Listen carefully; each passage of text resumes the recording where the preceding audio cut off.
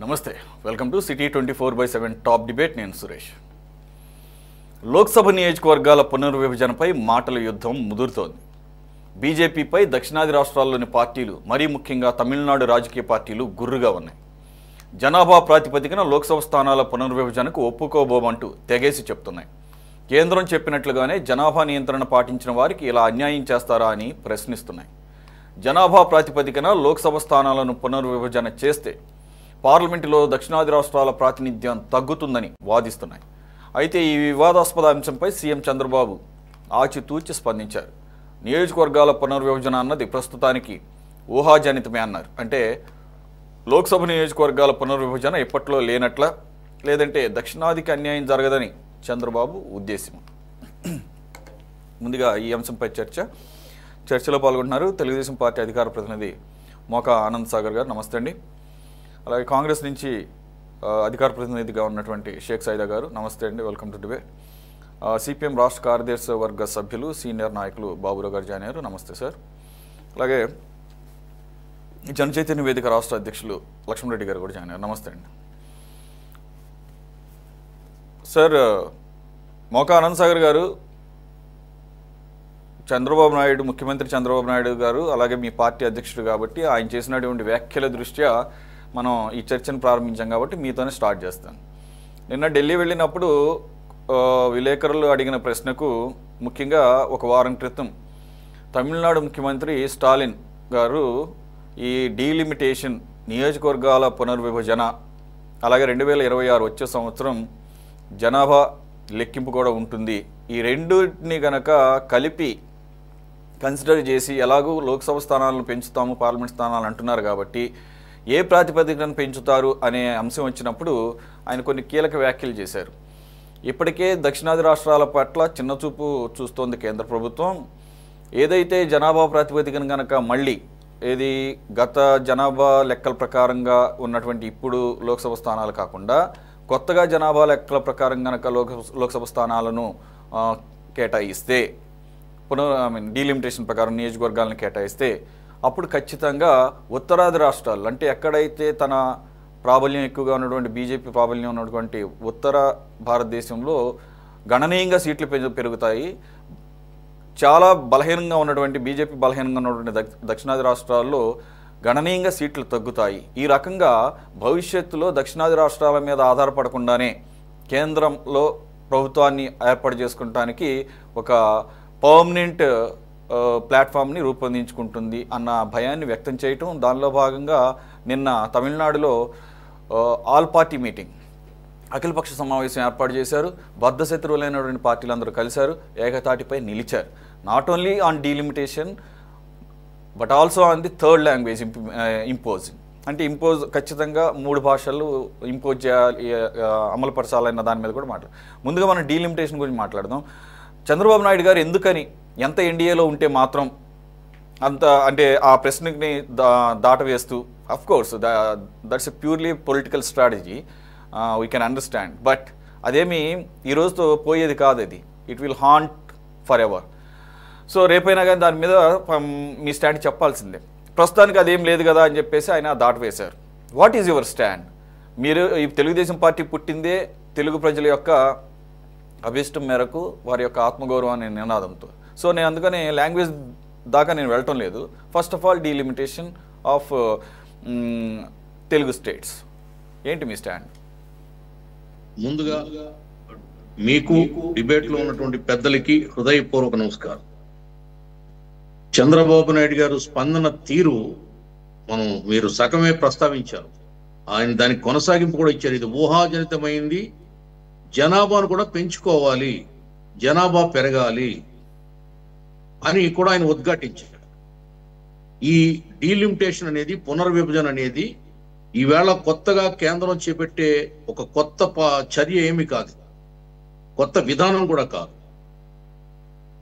ఇది ఎన్నోసార్లు జనాభా గణన అయిన తర్వాత, సెన్సస్ అయిన తర్వాత డీలిమిటేషన్ జరుగుతూ ఉంటుంది. నాకు తెలిసి 78లో జరిగింది, 2009లో జరిగింది, మళ్ళీ ఇప్పుడు రేపు 29లో జరగబోతుంది, 27-29లో జరగబోతుంది. దీంట్లో బాబు గారు చెప్పినట్టుగా తమిళనాడు నేతలు, ముఖ్యంగా అక్కడ ప్రభుత్వం నడుపుతున్నటువంటి స్టాలిన్ గారు కొంచెం ఎక్కువగా ఊహించుకుంటున్నారు.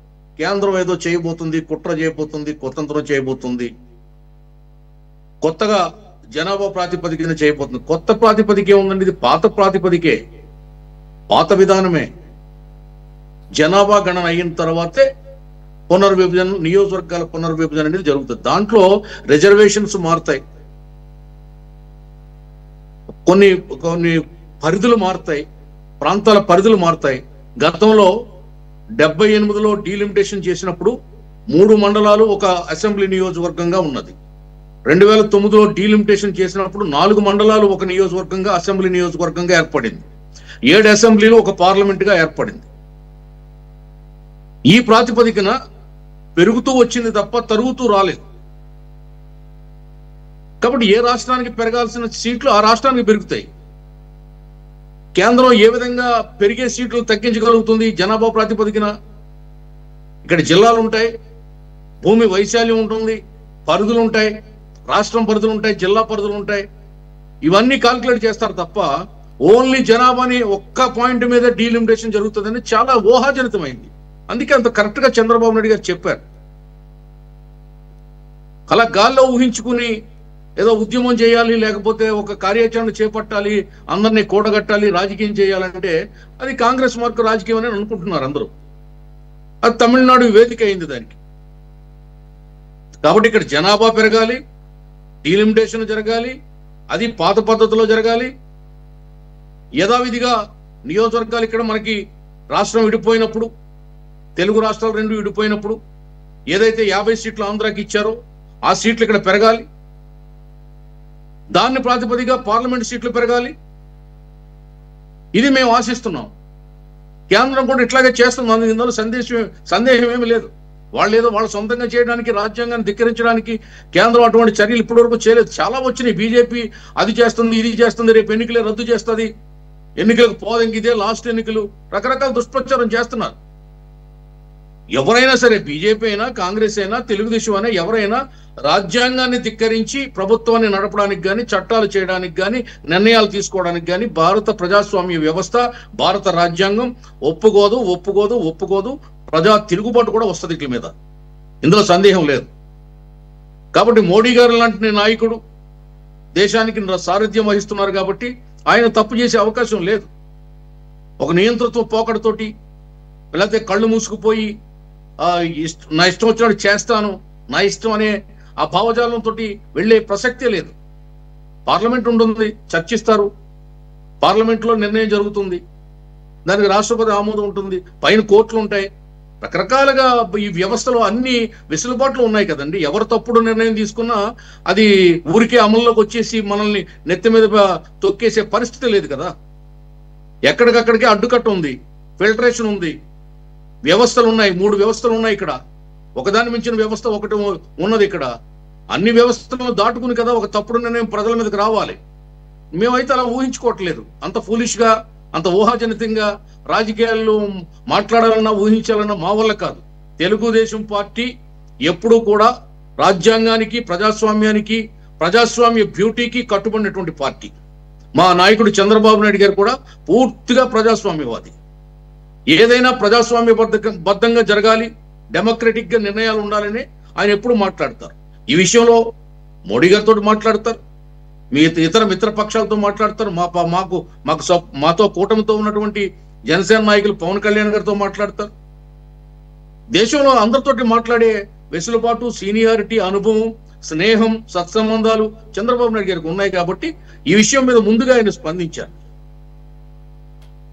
కాబట్టి ఎవరో కూడా దీన్ని అపోహపడి ఎక్కువగా ఊహించుకుని ప్రజలు తప్పుదో పట్టొద్దు అనేది మా stand. Okay sir. Sir Baburao గారు, స్టాలిన్ గారి వ్యాఖ్యల తర్వాత ఒక 2 రోజులకి union home minister Amit Shah గారు దీని మీద మాట్లాడటం జరిగింది.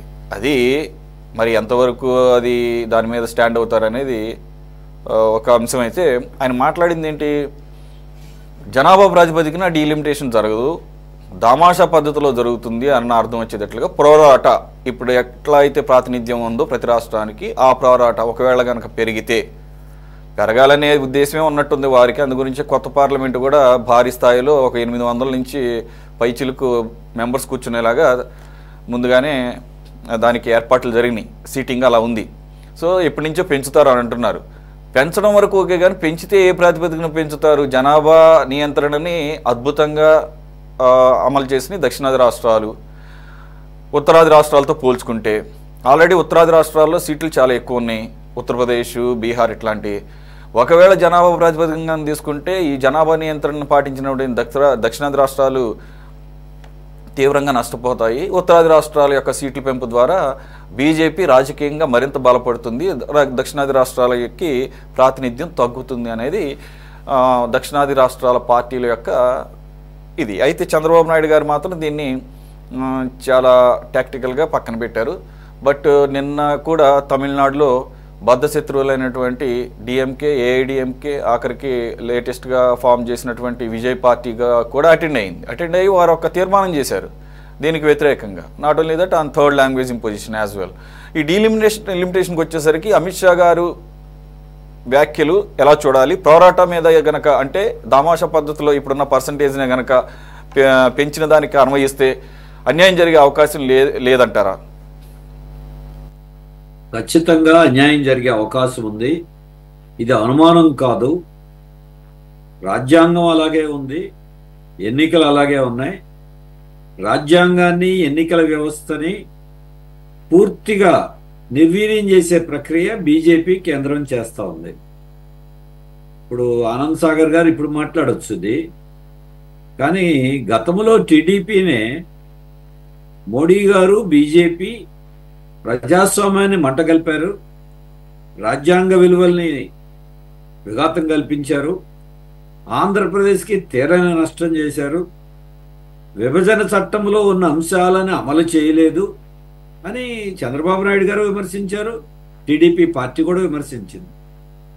అలాగే తెలుగుదేశం పార్టీ ఆవిర్భావం నుంచే కేంద్రం యొక్క నిరంకుశత్వానికి వ్యతిరేకంగా ఆంధ్రుల ఆత్మగౌరవం కోసం, రాష్ట్రాల హక్కుల కోసం పోరాడేటువంటి విధానంతో పుట్టిన పార్టీగా వారు చెప్పారు, చేశారు.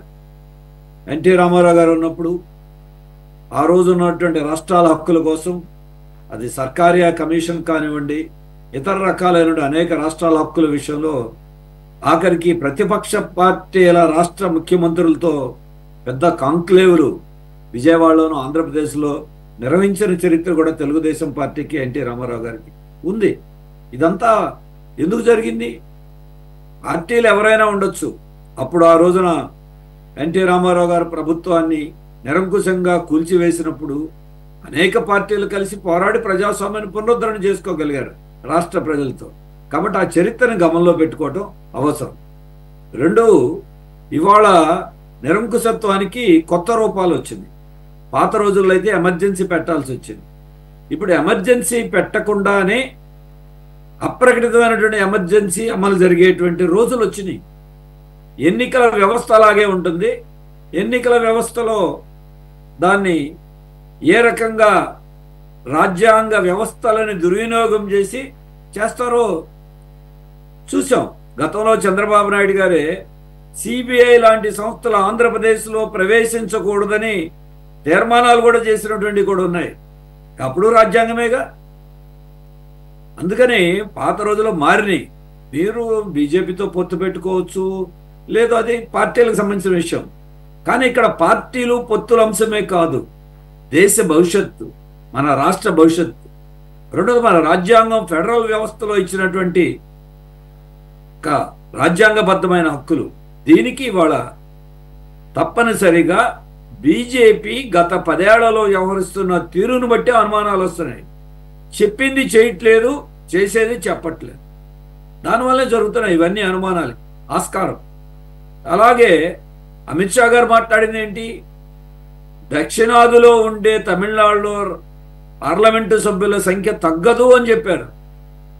పార్లమెంటు సభ్యుల సంఖ్య తగ్గదు, కానీ పార్లమెంటు సభ్యుల స్థానాలు 542 నుండి 800కి పెరిగితే అప్పుడు రేషియో నిష్పత్తి ఏమవుతుంది, దాని గురించి మాట్లాడాల. మోసపూరితంగా ఉంది అది. సంఖ్య కాదు, దాన్ని ప్రపోర్షన్. ఇప్పుడున్న ప్రపోర్షన్ అంతా, అప్పుడున్న ప్రపోర్షన్ అంతా. ఈరోజు అందరూ మాట్లాడుతున్న దాని ప్రకారం జనాభా ప్రాతిపదికను చూసుకుంటే గతంలో దక్షిణాదికి ఉన్నటువంటి పార్లమెంటు సభ్యుల యొక్క నిష్పత్తి 23-24% నుండి 19% పడిపోయేటువంటి ప్రమాదం ఉంది. కొన్ని రాష్ట్రాలు, ఉత్తరప్రదేశ్, బీహారు, మధ్యప్రదేశ్, ఇటువంటి కొన్ని రాష్ట్రాలు 42 నుండి 48% వాటి పర్సంటేజ్ పెరిగే అవకాశం ఉందని సైంటిఫిక్గా దాని లెక్కలు బట్టి చెప్తున్నారు. కాబట్టి గతంలో జరిగిన దానికి అనుమానపడటానికి ఉండేటువంటి ఆస్కారం. అలాగే అనుమానపడటానికి ఒక ఆస్కారం ఏంటి, మన రాజ్యాంగం యొక్క మౌలిక స్ఫూర్తికి భిన్నంగా జమిలీ ఎన్నికల ప్రతిపాదనలు తీసుకొచ్చారు. ఎప్పుడన్నా చూసామైంది? జమిలీ ఎన్నికలకు అన్ని పార్టీలు వ్యతిరేకంగా ఉన్నాయి. మరి వాళ్ళ జమిలీ ఎన్నికల రాష్ట్రాలకు ప్రత్యేకత లేకుండా రాష్ట్రాల హక్కులు హరించే రీతిలో రాజ్యాంగం అలాగే ఉంటుంది. కానీ కేంద్రంతో పాటే ఎన్నికలు రాష్ట్రానికి జరగాలంటే రాష్ట్ర ప్రభుత్వాలు రద్దయితే రాష్ట్రపతి పాలన కొనసాగటమేగా మళ్ళీ ఎన్నికలు జరిగేదాకా. లేదు, పార్లమెంట్లో కనుక ఏదన్నా పరిస్థితి వచ్చి మళ్ళీ తొందరగా ఎన్నికలు జరిగితే రాష్ట్రాలు కూడా రద్దయిపోతాయి కదా. ఇవి కళ్ళ ముందు కనబడుతున్నాయి, అనుమానం ఏంటి? కాబట్టి ఇటువంటి తరుణంలో డీలిమిటేషన్ దాంట్లో పార్టీలో కోరుతున్న దాని మీద ముఖ్యమంత్రి గారు కొన్ని ఎన్డీఏలో ఉన్న ఇష్యూ వైజ్గా మన రాష్ట్ర హక్కులే కాదు, దేశంలో ఉన్నటువంటి ఫెడరల్ వ్యవస్థని, రాష్ట్ర హక్కుల్ని కాపాడుకోవటానికి స్పందించాలి. ఆచితూచి స్పందించడం, వ్యూహాత్మకంగా స్పందించడం కాదు. మౌనం వహించడం అవకాశవాదంగా మారుతుంది. ఆచితూచి స్పందించాల్సిన సమస్యలు కొన్ని ఉంటాయి. ఏది? ఒక సెంటిమెంటల్ సమస్యలో, వివాదాస్పదమైన సమస్యలు. ఇది అలా కాదు. ఖచ్చితంగా ఊహాజనితం ఏంటి? దేశమంతా చర్చ జరుగుతోంది. 2047లో ఆంధ్రప్రదేశ్ ఎలా ఉండాలి, దేశం ఎలా ఉండాలని 47 గురించి మాట్లాడుతున్నారు. 2026 గురించి మాట్లాడటం ఊహాజనితం ఏంటి? కాబట్టి మీరు ఖచ్చితంగా ఈ రోజున ఇది ఒక పార్టీల సమస్యగా చూడొద్దు. దీన్ని ఒక రాజ్యాంగం యొక్క మౌలిక సూత్రాలకు సంబంధించిన సమస్యలుగా మనం చూద్దాం. ఇది ఒకటే కాదు, ఈరోజు త్రిభాషా విధానం, హిందీకి ఎవరో వ్యతిరేకం కాదు, కానీ హిందీని బలవంతంగా రుద్దేటువంటి ప్రభుత్వాల విధానాలకు వ్యతిరేకంగా ఉండాలి. భాషలు నేర్చుకోవాలి, అందరూ చెప్తున్నారు, మీరు కూడా మాట్లాడుతున్నారు. మాతృభాషలోనే విద్యాబోధన, మాతృభాషలో. ఇది ఒకేదో భారతదేశం కాదు, ప్రపంచవ్యాప్తంగా ఉన్నటువంటి అనుభవం. ఇటువంటి తరుణంలో 3 లాంగ్వేజ్ మార్చుకోవాలి, తప్పులేదు. మరి ఉత్తరాది రాష్ట్రాల్లో ఈ త్రిభాషా సూత్రం ఎక్కడైనా వాళ్ళు హిందీ, ఇంగ్లీష్తో పాటు తమిళమో, తెలుగో నేర్చుకోమని ఆ రాష్ట్రాల్లో ఉందా? అంటే త్రిభాషా సూత్రం దక్షిణాదికేనా, కొన్ని రాష్ట్రాలకేనా? కాబట్టి ఏమీ ఒక హిందీకి వ్యతిరేకత కాదు, ఇది బలవంతంగా రుద్దటం అనేది ప్రజాస్వామ్య విరుద్ధం, రాజ్యాంగ విరుద్ధం. ఇటువంటి నేపథ్యంలో తెలుగుదేశం పార్టీ కూడా, మీరు ఎన్డీఏలో ఉంటే ఎన్డీఏలో మీ పలుకుబడిని, మీ ఉన్నటువంటి బలాన్ని ఉపయోగించి కేంద్ర ప్రభుత్వం ముందుకు వెళ్లకుండా అడ్డుకోండి. మీరు ఎన్డీఏలో ఉంటారా బయట కాదు, పార్టీల హక్కు. దాని గురించి నేను ఇక్కడ వ్యాఖ్యానించదలుచుకోవట్లా. మీరు ఉన్న ఇప్పుడు అనేక సందర్భాల్లో అనేక పార్టీలు అలా నితీష్ కుమార్ చాలా సందర్భాల్లో చాలా విషయాల్లో వ్యవహరించినవి ఉన్నాయి. ఎన్డీఏలో ఉండు కూడా అనేక అంశాల్లో విభేదించే ఉన్నదాన్ని మన రాష్ట్రాన్ని హక్కులు చేయాలి. ఇలా ఉండబట్టి ఏమైంది, ప్రత్యేక హోదా లేకుండా ఏ పార్టీలోనో జరుగుతోంది. తెలుగుదేశం స్పందించట్లా జమిలీ ఎన్నికల మీద, వైసీపీ స్పందించట్లా. జమిలీ ఎన్నికలు ప్రాంతీయ పార్టీలకి, రాష్ట్రాలకి నష్టం జరుగుతున్నా మీరు ఆగండి ఆగండి అని అయిపోయేదాకా ఇప్పుడు ఆల్రెడీ పార్లమెంట్ ముందు కూడా వచ్చేసింది జమిలీ ఎన్నికలు. ఇంకెప్పుడు ఆగాలి? ఇప్పుడు వక్ఫ్ చట్ట సవరణ ఆగండి ఆగండి అన్నారు. తెలుగుదేశం అమెండ్మెంట్లు ఏదో నామమాత్రమైన తప్ప అసలు అన్నీ ఏమీ యాక్సెప్ట్ చేయలేదు. మరి వాళ్ళ రాజ్యాంగ విరుద్ధంగా నడిచిపోతుంది. లేదు, విద్య రాష్ట్రాల హక్కు, ఇది దాన్ని తీసుకొచ్చి నూతన విద్యా విధానం పేరుతో రాష్ట్రాల మీద రుద్దుతూ ఉంటే దాన్ని రాష్ట్రాల హక్కుల కోసం మాట్లాడాలి కదా. అలాగే రాష్ట్రాలకి పన్నుల కేటాయింపులో పర్సంటేజ్ నెమ్మదిగా 42% అని చెప్పి దాన్ని కుదించి వేస్తా ఉన్నారు. ఆఖరికి పెట్రోలు డీజిల్ మీద పన్నుల్లో వాటా రావాల్సి వస్తుందని సెస్సులు పెట్టి లక్షల కోట్ల రూపాయలు కేంద్ర ప్రభుత్వం చేస్తూ ఉంది. జిఎస్టీ వచ్చినప్పుడు ఏం చెప్పారు? రాష్ట్రాలకు ఏం పర్లేదన్నారు. ఇప్పుడు జిఎస్టీ మాకు ఇవ్వండి అని బతిమలాడుకోవాల్సి వస్తుంది కేంద్రాన్ని.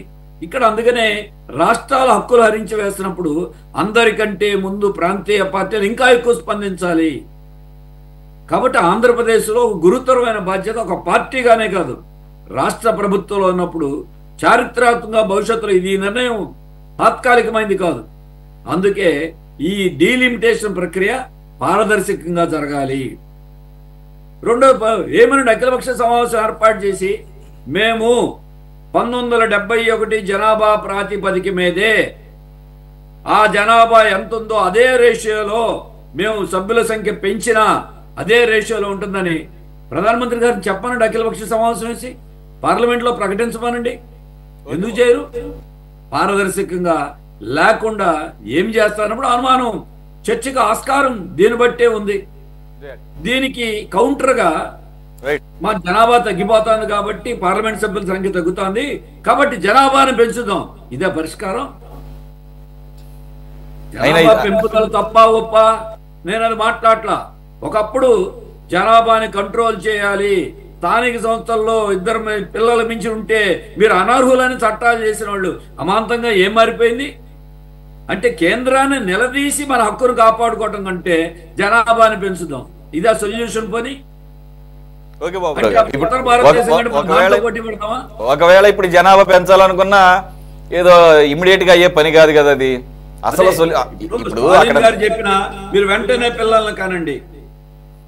మరి అందరూ చెప్తున్నారు, ఒకవైపున ఆర్ఎస్ఎస్ వాళ్ళు హిందువుల జనాభా తగ్గిపోతుంది, మీరు జనాభా పెంచండి, ముస్లింల జనాభా ఎక్కువైపోయిందని అసలు లెక్కలు వేరు, తప్పుడు లెక్కలు ప్రచారం చేస్తున్నారు. కాబట్టి హిందూ రాజ్యం రావాలి కాబట్టి వాళ్ళు హిందూ జనాభా పెంచాలి. రేపు ముస్లింలు ఏం చేయాలి? మనం తగ్గిపోతున్నాం, వాడు పెంచాలి. మన రాష్ట్రం వాడు తగ్గిపోయింది కాబట్టి మనం జనాభా పెంచాలి. అందరూ జనాభా పెంచి ఏమవుతుంది? జనాభా పెంచడం పరిష్కారమా?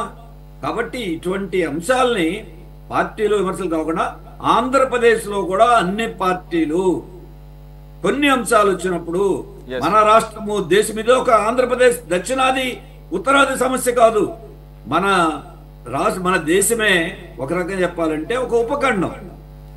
అన్ని చిన్న రాష్ట్రమైనా పెద్ద రాష్ట్రమైనా ఈ జాతి అయినా ఆ జాతి అయినా ఈశాన్యమైనా కాశ్మీర్ అయినా కన్యాకుమారి అయినా ప్రతి రాష్ట్రానికి జనాభానే కాకుండా ఎందుకు రాజ్యసభ వచ్చింది? రాజ్యసభలో ప్రాతినిధ్యం ఎందుకు వచ్చింది? మన పార్లమెంట్ వ్యవస్థకు ఉన్నటువంటి విషయం ఏంటి? అన్ని రాష్ట్రాలు, అన్ని జాతులు, అన్ని తరగతులకి రిప్రజెంటేషన్, లేకపోతే ఎస్సీ ఎస్టీ రిజర్వేషన్ ఎందుకుంది అసెంబ్లీలో పార్లమెంట్లో? ఇవన్నీ ప్రాతిపదిక. మరి దానికి ఇవాళ కూడా చాలా మందికి ప్రాతినిధ్యం ఉండట్లేదు. అందుకని రాష్ట్రాల ప్రాతినిధ్యం, సామాజిక తరగతుల ప్రాతినిధ్యం. రెండోది ఇప్పుడు ఏమవుతుంది, 20 కోట్ల మంది ముస్లింలు ఉంటే ఎన్డీఏ నుండి బీజేపీ నుండి ఎన్డీఏలో ఉన్నారు, బీజేపీ నుండి ఎంపీలు కానీ మంత్రులు కానీ ఉండట్లా, పోటీనే పెట్టట్లా. ఇది మన దేశ ఐక్యతకి ఉపయోగపడుతుందా? కాబట్టి ఇటువంటి విషయాల్ని రాజకీయంగా కాకుండా దేశ భవిష్యత్తును దృష్టిలో పెట్టుకుని ఆలోచించాల్సిన అవసరం ఉంది. ముఖ్యమంత్రి గారికి పోని ప్రెస్లో స్పందించడం ప్రాబ్లం అయితే పోని లోపల మీరు మాట్లాడండి, బయట మాట్లాడే ఇబ్బంది అయితే ఆపండి. ఆపగలిగితే ఇంకా మంచిది కదా, అందరూ సంతోషిస్తాం, అభినందిస్తాం. అంతేగాని మీరు ఇప్పుడేమి మాట్లాడద్దు, ఇంకా చాలా కాలం ఉంది. ఇది బాబు గారు సిచ్యుయేషన్ చూస్తే కావాలని టీడీపీ వెంపర్లాడిందనే ఎలక్షన్స్ బిఫోర్ బీజేపీ వాళ్ళు నాయకులు వ్యాఖ్యలు చేశారు, మాకేం అవసరం లేదు టీడీపీ వెంపర్లాడుతుందని. సరే, ఆ వారు కూడా గతంలో ఎన్డీఏ నుంచి బయటకు వచ్చి తప్పు చేసామన్న ఒక భావంతోనూ రాష్ట్రంలో ఉన్నటువంటి రాజకీయ పరిస్థితుల మూలంగాను పవన్ కళ్యాణ్ గారి యొక్క ప్రొయాక్టివ్ రోల్ మూలంగాను ఎన్డీఏని ఫామ్ చేసింది, దగ్గర తీసుకొచ్చింది టీడీపీని బీజేపీని నిర్వాదాంశంగా పవన్ కళ్యాణ్ గారు, డౌట్ ఏం లేదు దీంట్లో. కాబట్టి ఏదేమైనా ఇవి ఈ మధ్య రీసెంట్గా ఫామ్ అయినటువంటి పరిస్థితి కాబట్టి మీరు అన్నట్లుగా యాక్చువల్గా రియలిస్టిక్గా జరగాల్సినటువంటి కార్యక్రమం అయితే జరిగే పరిస్థితి అయితే కనపడటంలా. టీడీపీ విషయం అవ్వచ్చు, వైసీపీ విషయం, అసలు వైసీపీ అయితే ఎంత త్వరగా జమిలీ ఎన్నికలు రావాలా అని చెప్పేసి ఆరాటపడుతుంది. ఆ నాయకుడు ప్రతిసారి కూడా జమిలీ జమిలీ అని చెప్పేసి కలవరిస్తున్నాడు. ఇక చంద్రబాబు నాయుడు గారు మనసులో ఎలా ఉన్నా కానీ బయటికి మాత్రం ఆయన కూడా జమిలీకి ఓకే అంటున్నాడు. పవన్ కళ్యాణ్ గారి సంగతి తెలిసిందే, ఆయన దక్షిణాది రాష్ట్రాలు మా తెలుగు రాష్ట్రాలు మర్చిపోయాడు. ఆయన ఇప్పుడు ఏకంగా ఆయన సనాతన ధర్మం అని చెప్పేసి మొత్తం దేశం అంతా నాది అన్నట్టుగా మాట్లాడదు. తప్పేం కాదు, దేశం మీది నాది అందరిది. కానీ గతంలో ఉన్న స్టాండ్ ఇప్పుడు ఏం కనపడటం లేదు. ఒకవేళ దక్షిణాది రాష్ట్రాల ఇంట్రెస్ట్లు, పర్టికులర్గా ఆంధ్రప్రదేశ్ ఆర్ తెలంగాణ తెలుగు రాష్ట్రాల ఇంట్రెస్ట్ల గురించి మాట్లాడే పరిస్థితి ఇప్పుడు ఆయనలో కూడా కనపడటం లేని పరిస్థితి. సరే, right, let us take the opinion of Congress. Saida గారు, డీలిమిటేషన్ గురించి పక్కన పెడితే మీరు ఈ త్రిభాషా విధానం మీద మీ స్టాండ్ కూడా ఏమి క్లారిటీ లేదు. ఎక్కడో తెలుగు రాష్ట్రాల్లో ఉన్నా కానీ జాతీయ పార్టీ అవడం మూలంగా హిందీని బలవంతంగా రుద్దటం అన్యాయం అని చెప్పేసి ఎక్కడా కూడా స్ట్రాంగ్గా మీ వాయిస్ అయితే వినపడటం లేదు. వై? బికాస్ మీకు జాతీయ పార్టీ కాబట్టి ఉత్తరాది రాష్ట్రాల్లో ఎక్కువ వాడే లాంగ్వేజ్, ఎక్కువ రాష్ట్రాలు వాడేది హిందీ కాబట్టి. సరే, ఫస్ట్ డీలిమిటేషన్ గురించి మీ స్టాండ్ ఏంటి చెప్పండి. ఎలాగూ రేవంత్ రెడ్డి గారు తెలంగాణలో ఆయన చాలా క్లియర్గా అపోజ్ చేశారు. So how you gonna face it? ఇప్పుడు ప్రధాన ప్రతిపక్ష హోదా కూడా ఉంది పార్లమెంట్లో. సో ఎలా అడ్డుకోవాలి దీన్ని ఒకవేళ అన్యాయం జరిగితే? ఒకసారి ఆడియో చెక్ చేయాలి సైదా గారు. సురేష్ గారు, మీకు ప్యానల్ పెద్దలు జనచైతన్య వేదిక నాయకులు లక్ష్మారెడ్డి గారు, అలాగే అన్నా కామ్రేడ్ బాబురావు గారు, తెలుగుదేశం పార్టీ నాయకులు యోక ఆనంద్ సాగర్ గారు, సిటీ 24/7 వీక్షకులందరూ కూడా నమస్కారం. ఈరోజు సురేష్ గారు, ఇది గత కొంతకాలంగా దేశవ్యాప్తంగా మనం చూస్తూ ఉన్నాం. భారతదేశంలో ప్రజాస్వామ్యం అనేది రోజు రోజుకి కనుమరుగైపోయిన పరిస్థితులు మనం చాలా స్పష్టంగా చూస్తా ఉన్నాం. ఎన్నికల కమిషన్ కాస్త ఈరోజు ఏ విధంగా మారిపోయిందో, ఎన్నికల కమిషన్ నియామకంలో ఎలాంటి పొరపాట్లు జరుగుతూ ఉన్నాయో, ఏ విధంగా అధికార పార్టీ ఒంటెద్దు పోకడతో వ్యవహరిస్తూ ఉందో మనం చూస్తాం. అలాగే జమిలీ ఎన్నికలు వస్తాయని చెప్పి చెప్పడం, దానికి ఒక కమిటీ వేయటం, ఆ కమిటీ నివేదిక కూడా జమిలీ ఎన్నికలకు సై అంటూ ఒక నివేదిక ఇవ్వటం కూడా జరిగినటువంటి పరిస్థితులు మనం చూస్తా ఉన్నాం. అలాగే మోడీ గారు కూడా అన్న బాబురావు గారు చెప్పినట్లుగా చెప్పింది చెయ్యడు, చేసింది చెప్పడు. ఇట్ ఈస్ క్లియర్, అది వాస్తవం. ఎందుకంటే ఆయన నర్మగర్భంగా ఆయన చేయాలనుకున్నన్ని చేసుకుంటా పోతాడు. ఇట్ ఈస్ క్లియర్, దాంట్లో ఎక్కడ కూడా తేడా ఉండదు. ఆయన ప్రధానమంత్రిగా లేకపోతే వాళ్ళ పార్టీ అధికారంలో ఉండాలన్నటువంటి, కేంద్రంలో అధికారంలో ఉన్నటువంటి ఒకే ఒక్క ఆలోచన తప్ప ఈ దేశం ఎటుపోయినా అతనికి సంబంధం లేదు. అది వాస్తవం. ఎందుకంటే మనం చూస్తా ఉన్నాం ఈరోజు ఈ 10 సంవత్సరాల మోడీ పాలనలో ఈ దేశం ఏ విధంగా మరి ఏ సంస్కరణల పేరుతోటి ఈ దేశాన్ని ఏ విధంగా అధోగతి పాలు చేసిందో మనం చూస్తా ఉన్నాం. 1 కాదు 2 కాదు. ఇందాక చెప్పుకుంటా అవుతున్న జిఎస్టీ, మనం రూపాయి కడితే మనకు వచ్చేది 30 పైసలు, 70 పైసలు ఈరోజు కేంద్ర ప్రభుత్వం దోచేస్తారు. అలాగే మనం చూసుకుంటా పోతే అనేక విధాలుగా నోట్ బందీ పేరుతోటి ఈ దేశాన్ని ఏ విధంగా దోచుకున్నారో, ఆ బీజేపీ పార్టీ నాయకులు బ్యాంకుల్లో దొంగ నోట్లు ఏ విధంగా మార్చుకున్నారో కూడా మనం చూసాం. కానీ ఎన్డీతో వంటగాగుతున్నటువంటి పార్టీలు, ఈ రాష్ట్రంలో ఉన్నటువంటి పార్టీలు, బీజేపీ అంటే బాబు, జగన్, పవన్ అన్నట్లుగా ఈ 3 పార్టీలు కూడా బాబు మరి మోడీ గారితో అంటగాగుతున్న విషయాలు మనం చాలా స్పష్టంగా చూస్తాం.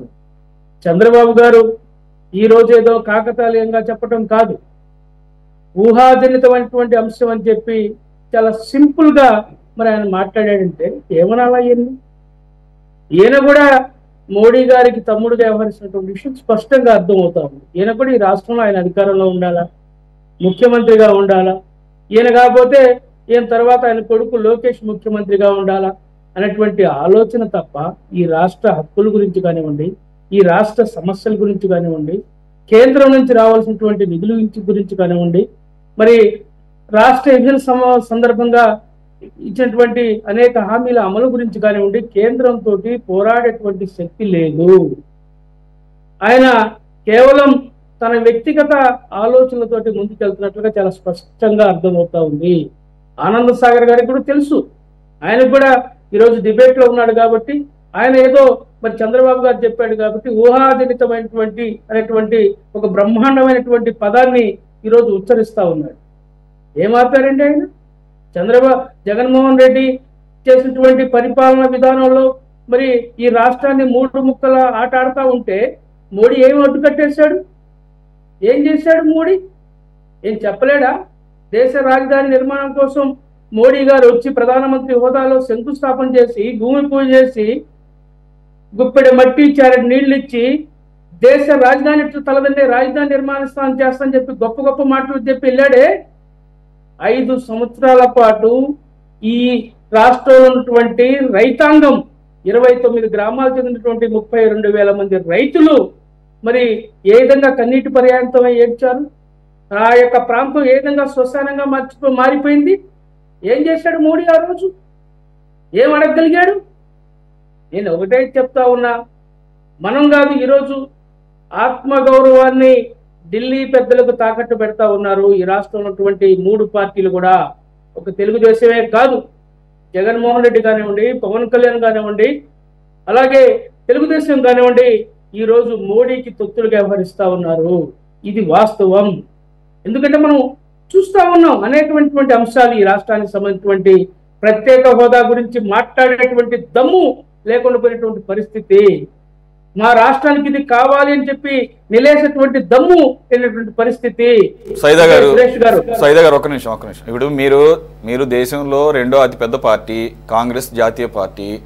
మీరు ఒకవేళ ఈ రకంగా దక్షిణాది రాష్ట్రాలకి 2026లో గనక జనగణన జరిగితే, ఈ కొత్త జనాభా ప్రాతిపదికన గనక నియోజకవర్గాల పునర్వ్యవస్థీకరణ జరిగితే దక్షిణాది రాష్ట్రాలు గణనీయంగా కోల్పోతే దాంట్లో డౌట్ ఏం లేదు. కాకపోతే అమిత్ షా ఇచ్చినటువంటి వివరణ ఎంతవరకు వాళ్ళు అమలు చేస్తారనేది కదా ఇప్పుడు అందరిలోనూ భయాందోళనలు. మీరు 2వ అతిపెద్ద పార్టీగా పార్లమెంటు స్థాయిలో ఏ రకంగా దీన్ని అడ్డుకోగలరు అది చెప్పండి. మీరు ఎలాగో ఇక్కడ ఆల్రెడీ తేటతెల్లం అయిపోయింది. మీ స్టాండ్ ఆల్రెడీ క్లియర్. మీ స్టాండే కాదు, ఆల్మోస్ట్ అందరికీ తెలిసిందే. సరే, అది పొలిటికల్గా షర్మిల గారు బీజేపీ అంటే బాబు, జగన్, పవన్ అలాగే కనపడుతుంది కూడా ఎప్పటి నుంచి, ఇప్పుడేం కాదు. పక్కన పెడితే అవునన్నా కాదన్నా వాళ్ళు ఎన్డీఏ భాగస్వామి పక్షాలు. సో ఇప్పటికిప్పుడు ఓపెన్గా వాళ్ళు అపోజ్ చేయలేరు. బాబు గారు సజెస్ట్ చేసినట్టు అట్లీస్ట్ ఇండోర్స్ లోపలైనా కూడా వెళ్ళి మాట్లాడవచ్చు. ఈ రకమైన మాకు ఇబ్బంది ఉంటుందని చెప్పేసి ఇది కోయిలేషన్ ధర్మాన్ని పాటిస్తూనే. కాబట్టి నేనేమంటానంటే మీకు ఇంకా ప్రధానమైనటువంటి బాధ్యత ఉంటుంది కదా, అది నేను అనేది. అది దానికి రండి, ఆ పాయింట్కి రండి. ఎలాగో గతంలో జరిగినటువంటి అన్నీ తెలిసిందే. అమరావతి విషయంలో కానీ లేదంటే కనుక పోలవరం విషయంలో కానీ సెంటర్ ఎంత బాగా ఇన్వాల్వ్ అయిందని. అదేమంటేనేమో ఫెడరల్ స్ట్రక్చర్ కాబట్టి వాళ్ళు కావాల్సినప్పుడు వాడుకుంటారు, అవసరం లేనప్పుడు ఫెడరల్ గుర్తురాదు, సమాఖ్య వ్యవస్థ కేంద్రానికి గుర్తురాదు, లేదన్నప్పుడు ఇలాంటప్పుడు వాడుకుంటారు. మేము ఎందుకు కలగజేసుకుంటాము సమాఖ్య స్ఫూర్తికి విరుద్ధం అని చెప్పేసి అలాగే తప్పుకున్నారు. కాబట్టి దీంట్లో మనం కార్నర్ చేయలేం. మీరు ఇప్పుడు ప్రధాన ప్రతిపక్షంగా ఉన్నారు. ఏ రకంగా ఇండి కూటమితో ఈ రకమైనటువంటి దీని మీద ఒక క్లారిటీ తీసుకొచ్చే ప్రయత్నం ఎలా చేస్తారు? దానికి క్లారిటీగా చెప్పండి. సురేష్ గారు, ఒకటి, ఈరోజు కేంద్రంలో మోడీని ధీటుగా ఎదుర్కొనే సత్తా ఒక కాంగ్రెస్ పార్టీకే ఉంది, అది రాహుల్ గాంధీ గారికే ఉంది. చాలా స్పష్టంగా అర్థమవుతుంది. గత ఎన్నికల్లో 45 స్థానాలు ఉన్నటువంటి మేము ఈరోజు 99 స్థానాలకు చేరుకున్న విషయం స్పష్టంగా అర్థమవుతాం. ఫిర్ బార్ 400 అని చెప్పి డబ్బాలు కొట్టినటువంటి మోడీ పరిస్థితి ఏమైందో మీకు అర్థమవుతాం. ఉత్తరాదిలో వాళ్ళ గాలి పూర్తిగా తగ్గిపోయింది. ఫైజాబాద్లోనే ఎక్కడైతే రాముడి పేరు చెప్పుకొని ఓట్లు అడిగారో ఆ ఫైజాబాద్లోనే తుక్కుగా ఓడిపోయారు. మొన్న ఉత్తరప్రదేశ్లో జరిగినటువంటి ఎన్నికల్లో పార్లమెంట్ స్థానాల్లో 80 నుంచి 40 స్థానాలకు పడిపోయారు. అందుకనే వ్యూహాత్మకంగా జనాభా పెరుగుదల పేరుతో పాటు 2000 మరి మనం చూసినట్లయితే 1971 జనాభా ప్రకారం చేస్తారా, లేకపోతే 2011 జనాభా ప్రకారం చేస్తారా, లేకపోతే లేటెస్ట్ ఉన్నటువంటి అప్డేట్స్ ప్రకారం జనాభా ప్రకారం మరి చేస్తారనేది మనం ఆలోచించాలి. ఎందుకంటే ఇందాక మీరు మీ కామెంట్స్లో చెప్పారు, సెంట్రల్ విస్టా పార్లమెంట్ కూడా వ్యూహాత్మకంగా ముందుగానే దాదాపు మీరు చెప్పినట్లుగా 545 నుంచి దాదాపు 1000 మంది సిట్టింగ్ అరేంజ్మెంట్ కూడా చేసినట్లుగా మనకు అర్థమవుతాం. ఇప్పుడు కనుక వాళ్ళు చెప్పినట్టు ప్రకారంగా జరిగితే యూపీలో కానివ్వండి, లేకపోతే ఉత్తరాది రాష్ట్రాల్లో మధ్యప్రదేశ్ కానివ్వండి, రాజస్థాన్ కానివ్వండి, మహారాష్ట్ర కానివ్వండి, మనం చూసినట్లయితే బీహార్ కానివ్వండి, ఎన్ని చోట్ల కూడా దాదాపు 400 స్థానాలు అదనంగా వచ్చేటువంటి పరిస్థితి ఈరోజు కనిపిస్తాం. ఒక్క ఉత్తరప్రదేశ్లోనే 82 స్థానాల నుంచి ఇప్పుడు 150 స్థానాలకు పెరిగేటువంటి పరిస్థితి చాలా స్పష్టంగా కనిపిస్తా ఉంది. ఇవన్నీ చూసినట్లయితే ఇది చాలా క్లియర్ గా కనిపిస్తా ఉంది. కావాలనే రాజకీయంగా మోడీ చేసినటువంటి ఎత్తుగడ. అయితే ఈరోజు కాంగ్రెస్ పార్టీ మీరు ఏం చేస్తారని చెప్పి మీరు ప్రశ్నిస్తా ఉన్నారు సురేష్ గారు. మంచి ప్రశ్న. మేము ఒకటే చెప్తా ఉన్నాం, ఈ యొక్క మోడీ విధానాలని, బీజేపీ చేస్తున్నటువంటి ఈ యొక్క రాజకీయ యంత్రాంగాన్ని, తంత్రాంగాన్ని మేము ఎదుర్కోవడానికి కాంగ్రెస్ పార్టీ అన్ని పక్షాలను కూడగడతా ఉంది. ఇండి కూటమి పేరుతోటి 27 పార్టీలని ఈరోజు కాంగ్రెస్ పార్టీ మరి కూడగట్టి ఉద్యమం చేసినటువంటి విషయాన్ని ఈరోజు మీకు స్పష్టంగా తెలియజేస్తా ఉన్నా. ఎందుకంటే ఏది ఏమైనా సరే మనం చూసాం, ఈవీఎంలు రద్దు చేయాలని చెప్పి మేము మాట్లాడాం. ఈవీఎంల పేరుతో జరుగుతున్నటువంటి ఎన్నికల మోసాన్ని ప్రభుత్వ దృష్టికి తీసుకెళ్లాం. అసెంబ్లీ సాక్షిగా, పార్లమెంటు సాక్షిగా కాంగ్రెస్ పార్టీ ఈరోజు పోరాడుతున్న విషయాన్ని మీకు స్పష్టంగా తెలియజేస్తా ఉన్నాం. మీరు చూస్తా ఉన్నారు, అనేకమైనటువంటి నల్ల చట్టాలకు వ్యతిరేకంగా ఈరోజు పార్లమెంట్ లో మాట్లాడుతూ ఉన్నాం. మేము మా శక్తికి మించి మేము మాట్లాడుతూ ఉన్నాం. మా రాహుల్ గాంధీ గారి మీద అక్రమ కేసులు పెట్టిన, జైలుకు పంపించిన, ఆయన పార్లమెంట్ సభ్యత్వాన్ని రద్దు చేసిన, ఇంకా మరి కాంగ్రెస్ పార్టీ ఖాతాలను స్తంభింపజేసిన, ఈడీ కేసులు పెట్టి ఇబ్బంది పెట్టిన ప్రియాంక గాంధీని, సోనియా గాంధీని, రాహుల్ గాంధీని, ఇంకా ఇతర మా పార్టీ ముఖ్యమంత్రుల్ని ఇబ్బంది పెట్టిన ఎక్కడ కూడా వెనక తగ్గడం లేదు. మేము బయట మాట్లాడిన మాటల్ని సురేష్ గారు మేమేం కోరుతున్నామంటే అన్ని పక్షాలను కలుపుకొని మేము పోరాడుతున్నాం. మాతో ఒక వెన్నుదన్నుగా ఉన్నటువంటి పార్టీలు, సిపిఐ, సిపిఎం పార్టీలు ఈరోజు మాకు కలిసి పనిచేస్తా ఉన్నాయి. అలాగే మమతా బెనర్జీ గారు పనిచేస్తా ఉన్నారు. అలాగే శరద్ పవార్ గారు ఉన్నారు. అందుగురించే మా విజ్ఞప్తి ఏంటంటే పార్లమెంట్ సాక్షిగా అమిత్ షా గారు బయట మాట్లాడిన మాటల్ని దక్షిణాది రాష్ట్రాల్లో ఒక్క సీటు కూడా తగ్గదేంటి, ఆల్రెడీ 750 వరకు పెంచుదాం అనేది ప్రతిపాదన ఉన్నప్పుడు దామాషా పద్ధతిలో మీరు ఏదైతే చెప్తున్నారో ప్రోరాటాగా ఇప్పుడు ఎంతైతే పర్సంటేజ్ ఉందో, ఫర్ ఎగ్జాంపుల్ ఆంధ్రప్రదేశ్కి వచ్చేసరికి 4 to 5, 6% మధ్యలో ఉంటుంది percentage of representation in parliament. వచ్చినప్పుడు 25గా ఉన్నటువంటిది అదే పద్ధతిలో, అదే రేషియోలో ఒక 35 వరకు పెరగాల్సిన అవసరం ఉంటుంది. ఆ రకంగా అంటే సేమ్ పర్సంటేజ్ ఆఫ్ ఇది రిప్రజెంటేషన్ కనపడాలి. అది ఆ ప్రకటన పార్లమెంట్ సాక్షిగా చేస్తే అది చేయించే బాధ్యత విపక్షాలుగా, ముఖ్యంగా ప్రధాన ప్రతిపక్షంగా మీ మీద ఉంటుంది. ఆ కార్యక్రమం ఉంటారని మేము ఆశిస్తున్నాము. రైట్, లక్ష్మణ్ రెడ్డి గారు ఎలా చూడాలి సార్? ఓకే సైదా గారు, ఇక మనకి ఎక్కువ టైం లేదు. మీకు ఓకే, మీ పాయింట్ నాకు అర్థమైంది, మీరు ప్రయత్నం చేస్తారు నాకు తెలుసు. నేనేం చెప్తున్నా అంటే ఈ రోజు దక్షిణాది రాష్ట్రాల్లో మనం మన పక్క రాష్ట్రం తమిళనాడుని ఆదర్శంగా తీసుకోవాల్సిన అవసరం ఉంది. నేను ఎందుకు చెప్తున్నాను ఈ మాట? ఈ రోజు స్టాలిన్ గారు అవన్నీ జరిగే పనులు కావవి. కరెక్టే, మీరు అనేది కరెక్టే. నేను కూడా డిమాండ్ చేస్తా. డిమాండ్ అదే అంటున్నాను, ప్రాక్టికాలిటీ ఇంపార్టెంట్. ఇక్కడ అయ్యే పనులు నేనేమంటున్నారంటే వారికి కోసం కాదు. చంద్రబాబు గారు నేనేదో పెద్ద మేధావిలాగా 40 years ఇండస్ట్రీ అని చెప్పుకుంటా, ఇది ఊహాజనితం అంటే రేపు మునిగిపోయిన తర్వాత ఎవరు చేస్తారు? రైట్. ఇప్పుడు ఎన్డీఏకి వ్యతిరేకంగా కేంద్ర ప్రభుత్వానికి వ్యతిరేకంగా మాట్లాడే పరిస్థితి ఈ రాష్ట్రంలో ఏ పార్టీ కూడా చేసే పరిస్థితి కనపడటం లేదు. మీరు ప్రధానంగా ఉన్నారు కాబట్టి మీరు అలాగే మనకు అవసరమా? ఇప్పుడు చేయకపోతే మనకు అవసరమా? మనం ప్యానల్ తరఫున విజ్ఞప్తి చేస్తా ఉన్నాం. తెలుగుదేశం పార్టీని ఎన్డీఏ ఏం జరిగింది? ఎలక్షన్ కాదు, ఇప్పుడు ఎలక్షన్ కమిషన్ ఎన్నికలు. అవును సార్, నేనేమంటున్నాను వినండి, మీరు వినండి. మీరు ఎంత అపోజ్ చేసినా అక్కడ చేసుకుంటూ పోతున్నారు. ఫర్ ఎగ్జాంపుల్, క్లాసిక్ ఎగ్జాంపుల్ చెబుతున్నాను వినండి. 3 సభ్యులు ఉండాలి, ఎలక్షన్ కమిషన్ ఎన్నుకోవాలి. దాంట్లో ఏం చేశారు? దాంట్లో ఒక్క నిమిషం ఆగండి, లెట్ మీ కంప్లీట్. దాంట్లో ఏం చేశారు? చీఫ్ జస్టిస్ ఆఫ్ ఇండియాని పక్కన పెట్టేశారు. Opposition leader, prime minister, 2 another minister in the cabinet. ఏమైంది? ఆపగలిగారా? ఆపలేకపోయారు. అక్కడ క్లాసిక్ గా అంత అన్యాయంగా జరుగుతుంటే కాబట్టి బయట కూర్చో బయట ఎన్ని ఢిల్లీలో ఏం చేశారు తీసుకెళ్లి బీజేపీ చేతిలో పెట్టారు మీరు ఆపు కలిసి. కాబట్టి ఒక ప్రాక్టికల్ అప్రోచ్ ముందుకెళ్తే బాగుంటుంది. అది చేస్తారండి, దాని కౌంటర్ మెకానిజం ఉండాలి మన దగ్గర కౌంటర్ మెకానిజం ఉండాలి. రైట్. నేను చెప్తున్నా అంటే ఒకటి సురేష్ గారు, నేనేం చెప్తున్నా అంటే ఇప్పుడు ముఖ్యమంత్రి గారు అనుభూతులైనటువంటి ముఖ్యమంత్రి గారు ఆయన కొన్ని లిమిటేషన్స్ ఆయనకు ఉన్నాయి, మేము కాదను. మేమేం చెప్తున్నామంటే స్టాలిన్ గారి లాగా అన్ని పక్షాలను కూడగట్టి మీరు సమావేశం పెట్టి రాష్ట్రంలో జరగబోయేటువంటి పరిణామాల మీద వివరించండి. అదే సార్ ఇండి కూటమిని స్ట్రెంగ్తెన్ చేయండి. దానిలో భాగంగా కాంగ్రెస్ ఎటువంటి మెకానిజంతో వెళ్ళాలనే దాని మీద ఆలోచన చేయండి, వ్యూహరచన చేయండి.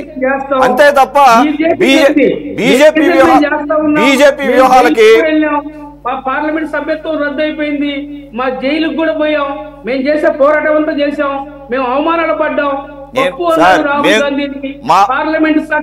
మేము కూడా ఇండి కూటమి బలపడాలని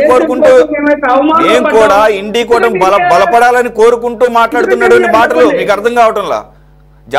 జాతీయ స్థాయిలో కాంగ్రెస్ యొక్క పాత్ర ఇంకా మెరుగ్గా ఉండాలని చెప్పేసి మాట్లాడుతున్నటువంటి మాటలు ఇవి. Right. Hopefully it will be బెటర్డ్ in the coming days. మొత్తం వ్యవహారాన్ని అమిత్ షా గారు చెప్పినటువంటి మాటలను నమ్మొచ్చా? అదే కనుక జరిగితే ఓకేనా? అమిత్ షా గారు చాలా స్పష్టంగా ఏం చెప్పారంటే తమిళనాడులో పార్లమెంట్ సీట్లు తగ్గవని చెప్పాడు. అంటే ఇప్పుడు ఎన్ని ఉన్నాయో అన్నీ ఉంటాయి, మిగతా రాష్ట్రాల్లో పెరుగుతాయి, మీకేం ఇబ్బంది అనే భావన వచ్చేట్టుగా చెప్పాడు. ఈరోజు కేంద్రంలో మోడీ అమిత్ షా ఇద్దరు ఒక బుల్డోజర్స్గా మారి ఎవరేమనుకున్నా ఎంత వ్యతిరేకత వచ్చినా వారు అనుకుని చేస్తున్న పరిస్థితి. 1 నేషన్ 1 ఎలక్షన్ కానీ, 1 నేషన్ 1 రిలీజియన్ కానీ, 1 నేషన్ 1 ట్యాక్స్, 1 నేషన్ 1 ఫుడ్, ఇట్లా రకరకాలుగా. అంటే భారతదేశ ప్రజలు ఏ ఆహారం తీసుకోవాలి, ఏ వస్త్రాలు ధరించాలి కూడా వారే చెప్తున్నారు. భారతదేశంలో ప్రజలు ఎంతమందిని కనాలో కూడా వారే చెప్తున్నారు.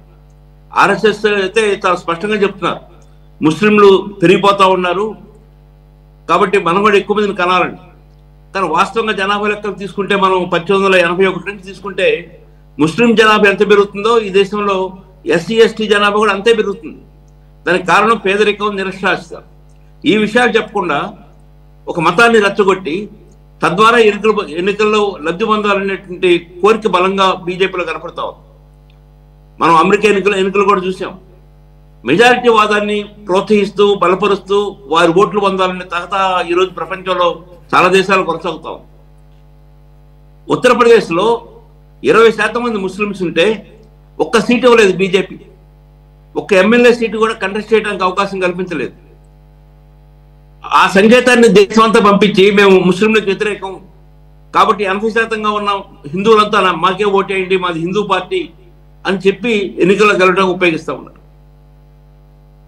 తెలుగుదేశం పార్టీ ఆవిర్భావమే కేంద్రంలో జరుగుతున్న మోసాలు, ఆనాడు జరుగుతున్న అనేక రకాలైన అవినీతి, రాష్ట్రాల యొక్క ఆత్మగౌరవం పోవటం, రాష్ట్రాల యొక్క హక్కులు నశించిపోవటం, ఈ పరిస్థితుల్లో తెలుగుదేశం పార్టీ ఆవిర్భించింది. స్వర్గీయ ఎన్టీ రామారావు చాలా పట్టుదలగా నేషనల్ ఫ్రంట్ని ఏర్పాటు చేసి, సర్కారీ కమిషన్ ఏర్పాటు చేసి, రాష్ట్రాల యొక్క హక్కుల్ని, అధికారాలని, రాష్ట్రం యొక్క స్వయం ప్రతిపత్తిని, రాష్ట్రంలో ఉన్న భాష, సంస్కృతి, ఆచారాలు, సాంప్రదాయాలు వీటన్నిటి మీద కృషి చేసిన వ్యక్తి.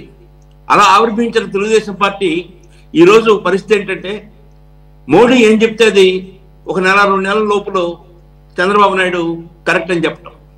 1 నేషన్ 1 ఎలక్షన్ని ఆ రకంగానే ఆహ్వానించాడు. అట్నే ఇప్పుడు హిందీ భాష మీద పెద్ద ఎత్తున జరుగుతూ ఉంటే దాని మీద మాట్లాడట్లేదు. ఈరోజు ఈ డీలిమిటేషన్ విషయం కూడా స్పష్టంగా చెప్పలేకపోతున్నాడు. బిమార రాష్ట్రాలని అనేవాళ్ళం మేము. బీహార్, మధ్యప్రదేశ్, రాజస్థాన్, ఉత్తరప్రదేశ్, ఒరిస్సా, ఈ 5-6 రాష్ట్రాలు మొత్తం దేశ జనాభాలో సగం ఉన్నాయి. అవి ఇంకా పెరుగుతూ ఉన్నాయి. దక్షిణాది రాష్ట్రాలు కొంత పేదరికం తక్కువ ఉంటాం, అక్షరాస్యత ఎక్కువ ఉంటాం, ఆలోచన శక్తి ఎక్కువ ఉండటం, ఇట్లా అనేక కారణాలతో జనాభాని తగ్గించుకుంటూ వచ్చారు. జనాభా తగ్గించుకోవడం ఈరోజు పాపంగా మారిన పరిస్థితిని మనం చూస్తున్నాం. చంద్రబాబు నాయుడు అంత పెద్ద రాజనీతిజ్ఞుడు, ఆయన కూడా పిల్లల్ని బాగా కనండి అని చెప్తున్నాడు. అది చాలా విచిత్రంగా ఉంది. ఎందుకని పిల్లల్ని కనాలి? జనాభా పెంచుకొని పార్లమెంట్ సీట్లు పెంచుకోవడం కోసమా? జనాభాని పెంచుకొని మీ ఇంట్లో పని మనుషులు తక్కువ కూలికి దొరకడం కోసమా? మీ దగ్గర డ్రైవర్లు తక్కువ కూలికి లభించడం కోసమా? లేక ప్రపంచంలో ఉన్న 200 దేశాలకి ఇక్కడ నుంచి మానవులను పంపించి తద్వారా విదేశీ మార్గద్రవ్యాన్ని పొందాలన్నా? అర్థం కావట్లేదు. ఈరోజు అమెరికా నుంచి చేతులకు బేడీలు వేసి విమానాలపై వస్తూ ఉంటే అటు మోడీ కానీ చంద్రబాబు నాయుడు కానీ తప్పని చెప్పలేని పరిస్థితి. ఏ దేశం మనం ఆహ్వానిస్తుంది? అన్ని దేశాల నిరుద్యోగ సమస్య కనపడతా ఉంది. ఈ పరిస్థితుల్లో జనాభాని విపరీతంగా పెంచమని ఒక పక్క ఆయన చెప్పటం, ఇంకొక పక్కన ఆర్ఎస్ఎస్ చీఫ్ చెప్పటం, ఇటీవలనే స్టాలిన్ గారు త్వరగా పెళ్లి చేసుకున్న వాళ్ళందరూ పిల్లలు కనే పనిలో ఉండండి అని చెప్పటం. అంటే దేశంలో నిరక్షరాస్యత, నిరుద్యోగిత, పేదరికం, అసమానతలు, వీటిని దృష్టిలో పెట్టుకొని వీటన్నిటికీ మూల కారణం జనాభా అని చెప్పి జనాభాను తగ్గించుకుంటూ వచ్చాం. జనాభా నియంత్రణ చాలా గొప్పగా చేసుకున్నాం దక్షిణ భారతదేశంలో. ఒకప్పుడు 3% జనాభా పెరిగేది, ఇప్పుడు దక్షిణ భారతదేశంలో 1% మాత్రమే పెరుగుతుంది. ఒకప్పుడు స్త్రీ సగటున 5-6 బిడ్డలకి జన్మనిస్తే ఇప్పుడు 2 బిడ్డలకి జన్మనిస్తూ ఉంది. ఇది చాలా గొప్ప పరిణామం, మంచి పరిణామం కూడా. కానీ జపాన్ లాంటి దేశాలతో, కొరియా లాంటి దేశాలతో, చిన్న దేశాలతో పోల్చుకొని, అవి చిన్న దేశాలు కానీ అభివృద్ధి చెందిన దేశాలు, అక్కడ జనాభా తగ్గుతుందని, అక్కడ వృద్ధులు పెరుగుతున్నారని వారు పిల్లలు కావాలని కోరుకుంటుంటే, ఆ పులిని చూసి నక్క వాత పెట్టుకున్నట్టుగా మనం ఆ దేశాలను చూసి మనం కూడా పిల్లల్ని ఎక్కువ మంది కనాలనుకుంటున్నాం. ఆంధ్రప్రదేశ్ అక్షరాస్యతలో 32వ స్థానంలో ఉన్నాం. ఆంధ్రప్రదేశ్లో చాలా మంది ఉపాధి దొరక్క దేశాలు తిరుగుతూ ఉన్నారు. ఇంత పేదరికం ఎక్కడ లేదు. చాలా ఇటీవల కాలంలో వస్తున్న వివరాలు చూస్తే బిలియనీర్స్ విపరీతంగా పెరుగుతూ ఉన్నారు. ప్రపంచంలో 4వ స్థానానికి వచ్చాం భారతదేశం. అసమానతలు విపరీతంగా పెరుగుతూ ఉన్నాయి. ఈ నేపథ్యంలో డీలిమిటేషన్ అనే పేరుతో దక్షిణ రాష్ట్రాలు లేక జనాభా తక్కువ ఉన్న రాష్ట్రాల్లో రాజకీయ ప్రాతినిధ్యం తగ్గిపోతే అది బీజేపీ లాంటి ఒక మతోన్మాద పార్టీకి, బీజేపీ లాంటి ఒక మెజారిటీవాదాన్ని బలపరిచే పార్టీకి అది మేలు కలిగించే విషయంగా ఉంటుంది. అందుకనే కాంగ్రెస్ పార్టీ ఈ సమస్యని ఒక జాతీయ సమస్యగా మార్చుకొని, ఏదో దక్షిణ భారతదేశ సమస్య కాదు, ఒక జాతీయ సమస్యగా మార్చుకొని అన్ని రాజకీయ పార్టీలని, ముఖ్యంగా ఇండియా కూటమిలో ఉన్న పార్టీలన్నింటినీ కదిలించి ఒక చోట చేర్చి వారు ఉద్యమించాలి.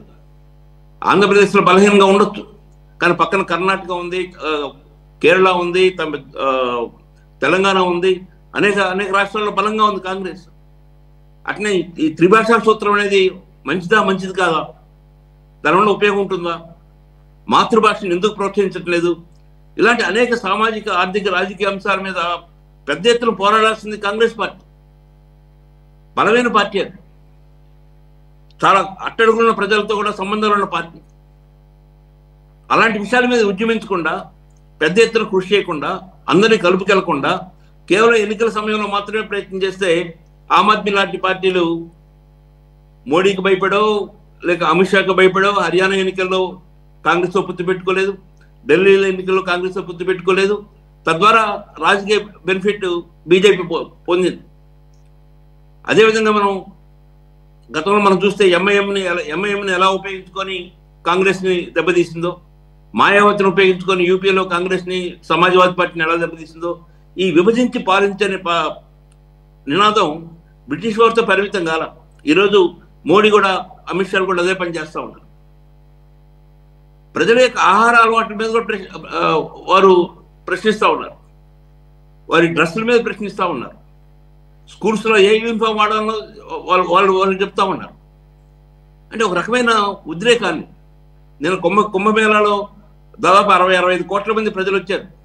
దానికి ఎన్నో వేల కోట్లు ఖర్చు పెట్టాం. అంటే ఒక మతాన్ని ప్రోత్సహించడానికి, ఒక మత భావాలను ప్రజల్లో తీసుకురావడానికి విపరీతంగా ఖర్చు పెడుతున్న పరిస్థితిని మనం చూస్తూ ఉన్నాం. ఆ రకంగా భారతదేశం అంటే హిందీ దేశం అని, భారతదేశం అంటే హిందూ దేశం అని, భారతదేశం అంటే మోడీ అమిత్ షా నేతృత్వంలో ఉండే భారతీయ జనతా పార్టీ దేశం అని అలాంటి భావన కల్పించడం ఒకవైపు చేస్తూ, మరొకవైపున విపరీతంగా సిబిఐని, ఈడీని, ఐటీని ఈ ఆయుధాలను ఉపయోగించి ఈ అవినీతిపరులైన రాజకీయ నేతల మీద దాడులు చేస్తూ వారిని మారు మాట్లాడనీయకుండా చేస్తున్న పరిస్థితి. ఆంధ్రాలో బీజేపీకి 100% మార్కులు వస్తూ ఉన్నాయి.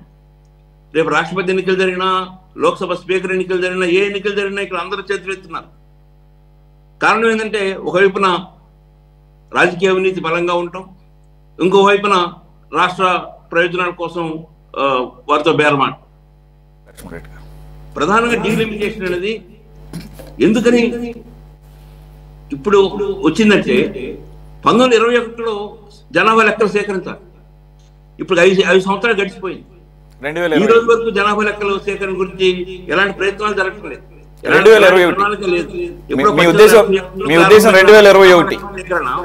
ప్రతి 10 సంవత్సరాలకు ఒకసారి జరుగుతూ ఉంటే కంటిన్యూగా 21 నుంచి బ్రేక్ పడింది. ఒక సంవత్సరం కరోనా వచ్చింది, లేదా 2 ఏళ్ళు కరోనా వచ్చింది. 23, 24 ఎందుకు జరుపుకోకూడదు? 24, 25 ఎందుకు చేయలేదు? ఇప్పుడు ఎందుకు చేయటం లేదు? జనాభా లెక్కలు సేకరించట్లేదు ఒకవైపున, అందులో కులగణన చేయడానికి ఇష్టపడటం లేదు. కులగణన చేస్తే ఏం తెలుస్తుందో తెలంగాణ మొన్న రుజువు చేసింది. ఒక 10-15% ఉన్న అగ్రవర్ణాలు 80%గా ఉన్న ఎస్సీ, ఎస్టీ, బీసీ మైనారిటీలని ఎలా పరిపాలిస్తుందో స్పష్టంగా తెలుస్తుందనే భయంతో.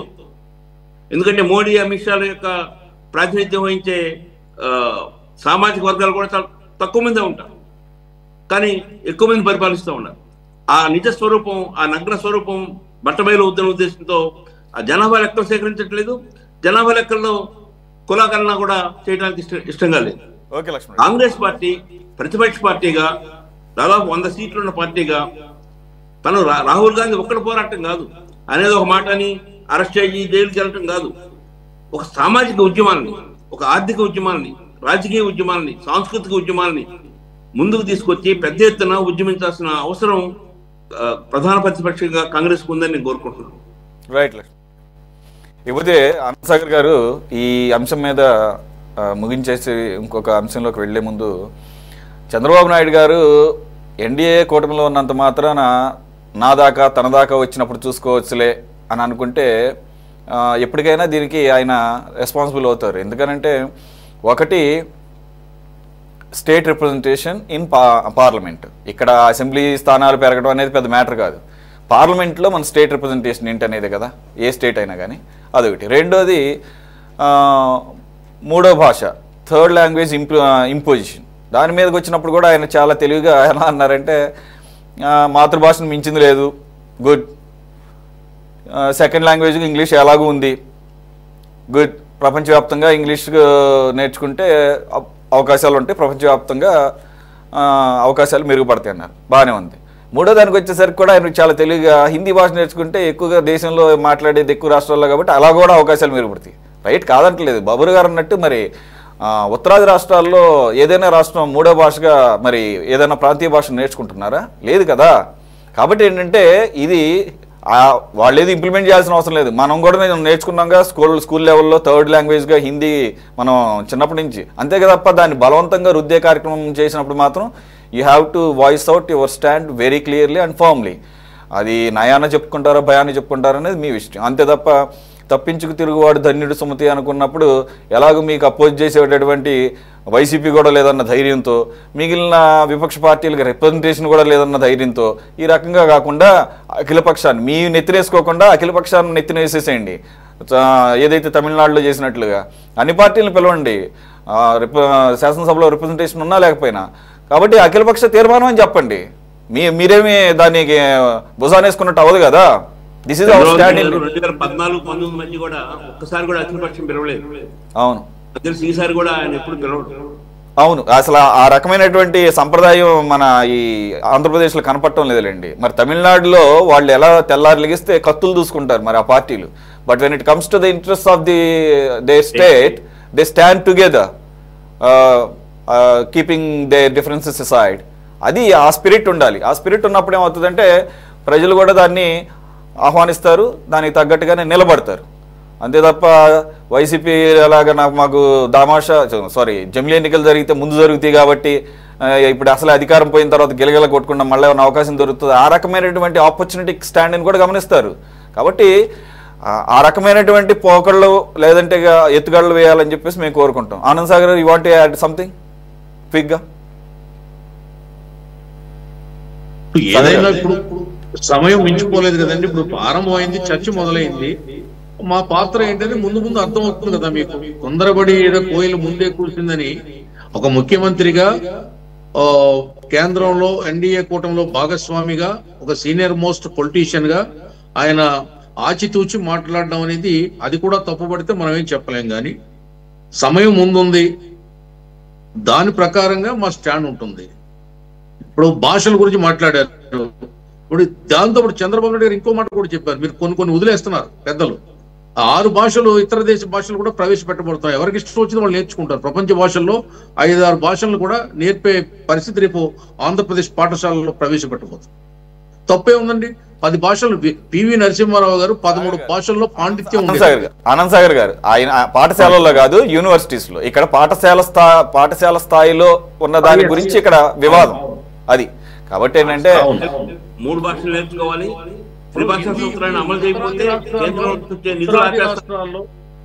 ఉత్తరాది రాష్ట్రాల్లో 3వ భాషకి ఆస్కారం లేదు అక్కడ. ఎందుకంటే ఇప్పుడు మాది కోనసీమ అంబేద్కర్ జిల్లా, ఉమ్మడి తూర్పుగోదావరి జిల్లా. మేము రాజమండ్రిలో ట్రైన్ ఎక్కితే కొంత దూరం పోతే తెలుగు మాట్లాడే వాళ్ళు కనపడరు, మాకు హిందీ రాదు. ఇక్కడ ఇంగ్లీష్ రాస్తారు కానీ యూనివర్సిటీలో చదువుకున్న వాళ్ళు ఇంగ్లీష్ మాట్లాడలేదు. మరి హిందీ అవసరం ఉందా లేదా? ఇది ఇక్కడ దాటి పొరుగు రాష్ట్రానికి పోయి బ్రతకాలంటే హిందీ అవసరం ఉంది, ఇంగ్లీష్ అవసరం ఉంది, నీడ్. వాళ్ళకి అది అవసరం లేదు. ఉత్తరాది వాళ్ళకి హిందీ మీద కొట్టుకుపోతున్నారు మొత్తం. 25 భాషలు ఉత్తరాదిలో. అలాగే తమిళియన్స్ అందరూ కూడా ఐఏఎస్ అవుతారు. ఎక్కువ మంది తమిళియన్స్ ఐపీఎస్. ఇవాళ వాళ్ళు కూడా విదేశాలకు పోయి అక్కడ పెద్ద పెద్ద సిఇఓలుగా శాసిస్తున్నారు. భాష అనేది ఎవరిష్టం వాళ్ళది. భాష ఎన్ని భాషలు నేర్చుకున్నా తప్పేమి లేదు దాంట్లో. ఇక్కడ అదే ఎవరిష్టం వాళ్ళదని చెప్పేసి ఏ రాష్ట్రానికి 3 ఎన్నికల్లో కాంగ్రెస్ పార్టీ ఘోరంగా ఓడిపోవడం, విఫలం అవ్వడం, దాని గురించి వాళ్ళు ఆలోచించారు. కొన్ని సమస్యలు ఎక్కడొస్తున్నాయంటే అక్కడే వస్తున్నాయి. ప్రజలు పట్టం కడుతున్నారు. ఇప్పుడు ఒక్కసారి ముఖ్యమంత్రి అయితే 30 ఏళ్ళు నేనే ముఖ్యమంత్రి అనే నాయకులు ఉన్న రోజుల్లో ఇప్పుడు మనం మాట్లాడుకుంటున్నాం. అందరూ ఒక్కసారి పవర్ వస్తే 30 ఏళ్ళు ఉంటా ఉంటున్నారు, 40 ఏళ్ళు ఉంటా ఉంటున్నారు. ఏమిటిది అసలు? ప్రజాస్వామ్యంలో సాధ్యం అది. కానీ అప్రజాతంగా బీజేపీ 3 టర్ముల నుండి నెగ్గుకుంటూ వస్తుంది, కాంగ్రెస్ పార్టీని ఓడించుకుంటా. దానికి కాంగ్రెస్ పార్టీ దగ్గర సమాధానం లేదు. పైగా మేము పొత్తు పెట్టుకుంటే పొత్తులో ఉన్న భాగస్వాములు తొత్తు అంటున్నారు. మరి వాళ్ళ పొత్తులో ఉన్న వాళ్ళను కూడా తొత్తులాగా ట్రీట్ చేస్తున్నారా వాళ్ళు? ఇది కరెక్ట్ భాషా భావజాలం కాదు. మీకు కొన్ని పక్షాలతో మీరున్నారు, కొన్ని పక్షాలతో మేమున్నాం. మీ తప్పులు మీరు సరిదిద్దుకోండి, మీ లోపాలు మీరు సవరించుకోండి. రాష్ట్రాన్ని తాకట్టు పెడతా ఉన్నారు మోడీకి. 5 కోట్ల ఆంధ్ర ప్రజల యొక్క ఆత్మగౌరవాన్ని మోడీకి తాకట్టు పెడతా ఉన్నారు. దాని గురించి మాట్లాడండి. మీరు ఎవరు తాకట్టు పెడుతున్నారు?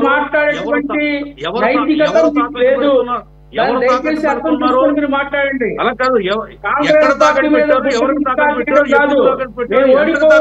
చెప్పాలి. మీరు ఓకే సైదా గారు, ఆనంద్ సాగర్ గారు, it's not the time to argue. Okay, there is no time for argument here. Congress మీద పడతారు ఎందుకు? ఇలా చేతకాక దమ్ముంటే మోడీ మీద పోరాడండి. ఒక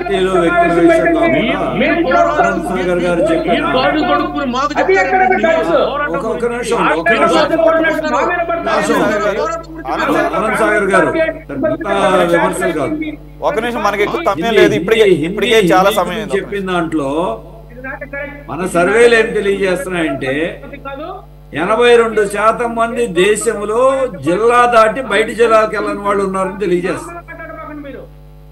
మీరు విదేశాల గురించి మాట్లాడుతున్నాం. విదేశాలకు వెళ్ళే వాళ్ళు ఎట్లాగో నేర్చుకుంటారు కావాల్సిన భాష. రెండవది, మన దగ్గర మీకు గుర్తుందో లేదో, థర్డ్ లాంగ్వేజ్ కింద హిందీ కాకపోతే సంస్కృతం నేర్చుకోవచ్చు, సంస్కృత్, ఇంకా చాలా భాషలు నేర్చుకోవచ్చు. బలవంతంగా చేయకూడదు.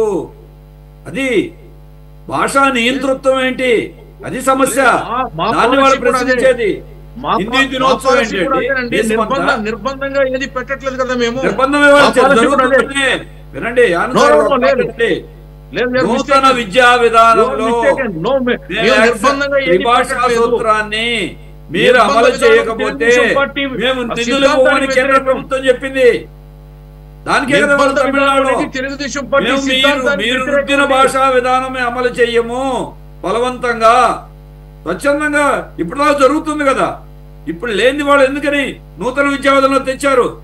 మీరు చెప్పిన హిందీ అంగీకరించకపోతే నిధులు ఇవ్వరా? వాళ్ళ ఇష్టం అది.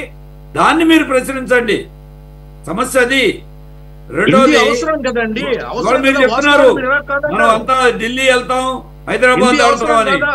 మన ఆంధ్రప్రదేశ్ లో బహుభాష అనేది యువతకి అవసరం కదా.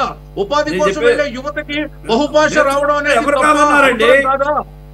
సార్ గారు భాషలు నేర్చుకోవడానికి ఎవరు కాదంట్లా.